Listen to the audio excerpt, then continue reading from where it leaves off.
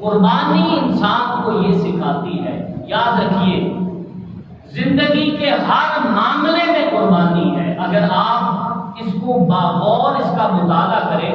زندگی کے ہر معاملے میں قربانی ہے۔ نہ دین قربانی سے خالی ہے، نہ دنیا قربانی سے خالی ہے۔ اس کی مثال دے دیتا ہوں ایک دو کہ مثلا اگر ایک طالب علم محنت نہ کرے، اپنی رات کی نیند قربان کر کے، تو کیا وہ پیپر میں اچھے نمبروں سے پاس ہو سکتا ہے؟ نہیں۔ ایک کسان جو کھیتی باڑی کرتا ہے، وہ اپنے کھیتوں میں ہل نہ چلائے، ان میں بیج نہ ہوئے، اپنے آرام سکون کو قربان کیے بغیر وہ پڑا رہے کہ اگر اللہ نے چاہا تو فصل ہو جائے گی، ورنہ رہنے دیتے ہیں، تو کیا وہ اچھی فصل لے لے گا؟ اس کسان کو بھی قربانی دینی پڑے گی،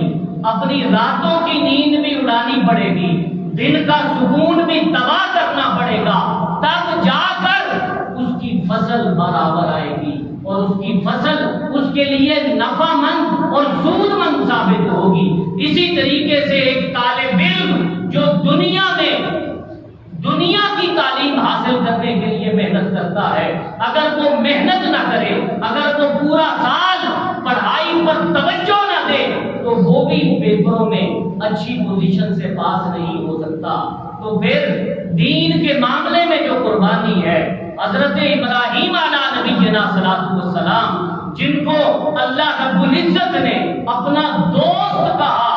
اور حضرت ابراہیم علیہ نبینا صلاۃ والسلام جنہوں نے اپنا سب کچھ اللہ رب العزت پر قربان کر دیا، 80 سال کی عمر میں جا کر اللہ رب العزت نے ایک بیٹا دیا،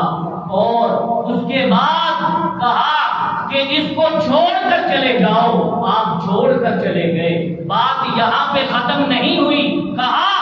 اس بیٹے کو جس کو 80 سال بعد مجھے عطا کیا ہے، اس کو چھوڑ کر تو آ گیا ہے، لہذا واپس جا، اور واپس جا کر اس کی گردن پہ چھری چلا۔ حضرت ابراہیم علیہ نبینا صلاۃ والسلام، جنہوں نے پہلے بھی قربانی کی کمی نہ چھوڑی تھی، جنہوں نے 80 سال بعد بچے کی پیدائش کے فوراً بعد اس سے جدائی کا دکھ بھی مول لیا تھا، وہی باپ واپس پلٹا، اور واپس پلٹتے ہی کیا حکم آیا کہ بیٹے کو اللہ کی راہ میں قربان کر دے۔